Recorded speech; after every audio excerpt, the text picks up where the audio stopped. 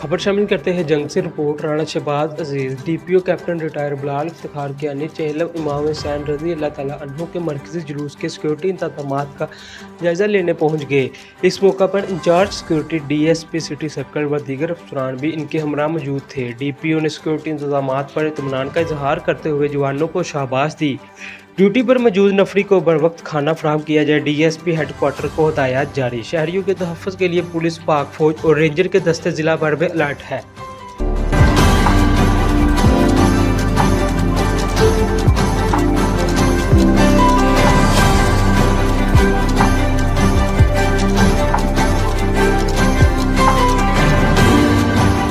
जी यहाँ पे जो है मेन जुलूस हमारा ए कैटेगरी का थाना सिटी के इलाके से बरामद हो गया है। इस पे मोर देन 400 इंडिविजुअल्स पुलिस के जो है वो डिप्यूट किए गए हैं। तमाम जो है ड्यूटी मुकम्मल है, रूफ टॉप्स डिप्लॉयड हैं। तमाम जो हमने जो गलियाँ हैं उनको हमने 3 टियर्स में हमने प्लग इन किया है। पहले उसमें हम लोगों ने अपना जवान डिप्यूट किया है, फिर उसके आपकी पीछे जो है वो एक कनात लगाई है और फिर पीछे जो है हमने तार लगाई है ताकि जो है प्रॉपर इस एरिया को सिक्योर किया जा सके।